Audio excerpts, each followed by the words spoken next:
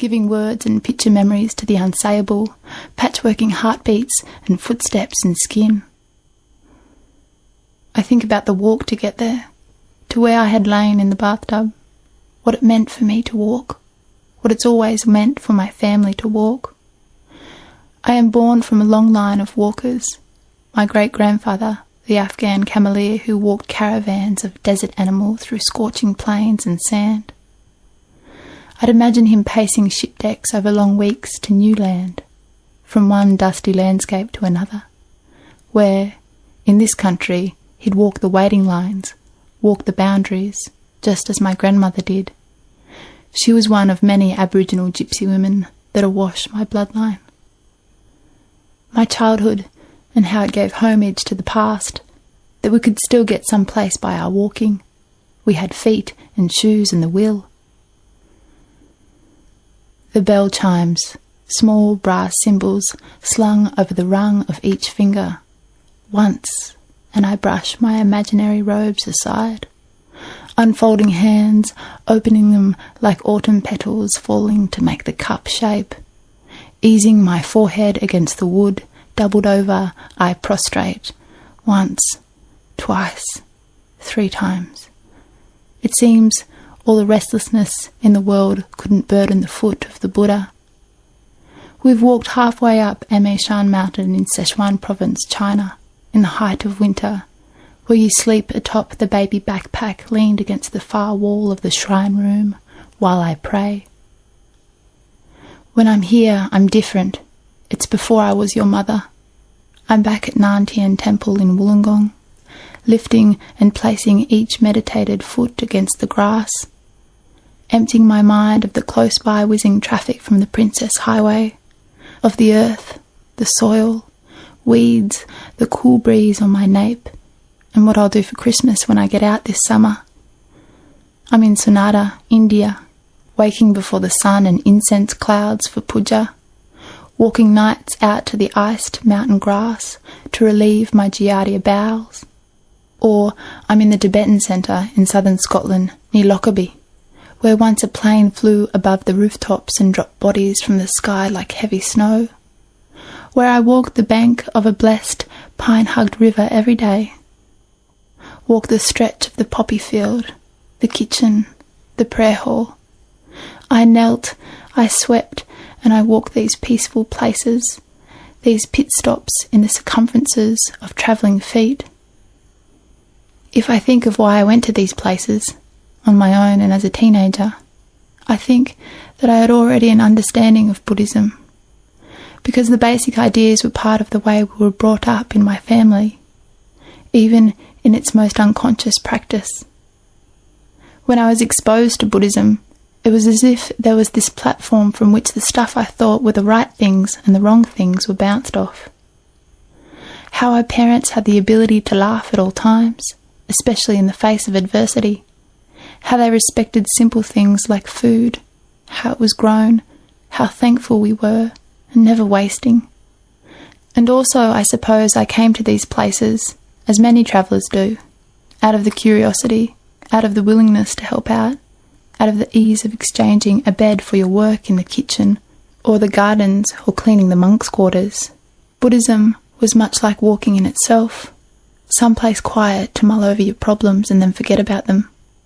It was these places that also made words spill from my insides and onto page, long paper letters, postcards, journals, poems. The first poem I ever read was by Robert Frost. It went along the lines of, "Two roads diverged in yellow wood, and sorry I could not travel both, and be one traveller long I stood, and looked down one as far as I could, to where it bent in the undergrowth, though took the other as just as fair and having perhaps the better choice, because it was grassy and wanted wear." I remember reading this poem for English class, written in this proper, faraway language, and it having stirred me so much. I dropped out of school to go around Australia with my boots and tent, just a couple of weeks after the first time I'd known about this yellow wood, this alternative. The poem had changed the course of my life, walked me in other ways. Now my daughter and I are taking the long way to the harbour, past the expanse of yellow sand, the flags being masked and dug into the shoreline. On this route, we catch the morning birds fleeing the air, trailing the trawlers back in from last night's netting. This way, we witness the early morning beginnings in the midday progress, the fish being caught, the assembling of cafe chairs, the stretching and warming up of Achilles and calf, the half-day order of things that we take for granted. We'll walk this way again in the afternoon and see the packing away of the day. This is the walking that survives my mind.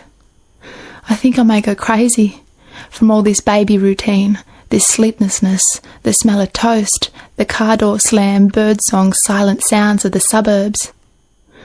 I do the walking. I walk the length of the cycleway for me to be good for you, my daughter. I push the pram that I don't like the idea of, not being close enough to feel your breath, but close enough to need to keep checking that you're breathing. This is the pulling away and pleading of motherhood, I imagine. I find it hard to be unattached and attached at the same time. I take my eyes for the first time that morning off you and onto the mundane events of everything else. The relief of anything else but your face that contains so much of my heart, which it hurts.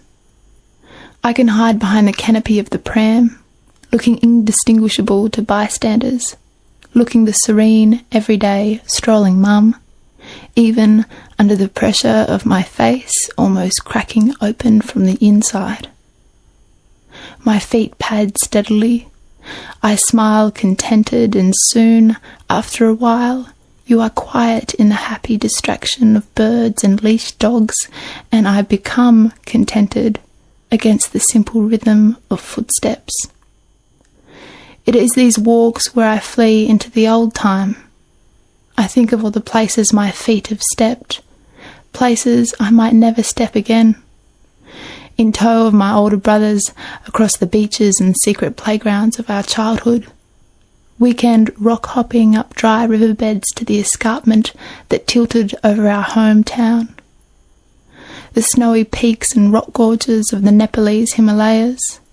The endless shoulders of hitchhiking highways, throwing thumbs to trucks and strangers. Dog walking in the English countryside, owning the fields and sprinting alongside Archie, the Rhodesian Ridgeback. Outrunning our legs and wrestling down by the creek that would drift past the Anglican cemetery. There is something to be said about my feet when you're older. I'll tell you where they've been, of who the callous pads have roughed against, whose kneecaps they've coiled themselves under for warmth and to draw skin to skin closer, where the earth's slipping mud has taken my toes, where giggles have fallen upon the hip-width apart space between each sinking foot, the red or black or felt-tip pen scribbles on the nails and cuticles, the blisters, the boils, the burns, the dropped knives, the rusted nails, the hot sand, the bare-footed gravel tiptoe to the letterbox, the bee sting, the bindi eye, the broken, the beautiful journeys and the ugly. It was your feet that stole the beats from my heart and sent them racing into the depths of exhaustion and soul. You, whose feet are born of my blood, whose little toes are still as soft as they've always been. There are momentous walks in all our lives. Your first I remember more clearly than any other. I am curled up, belly down on the couch, my arms embedded into the warmth of milky breasts, my face on its side, facing you.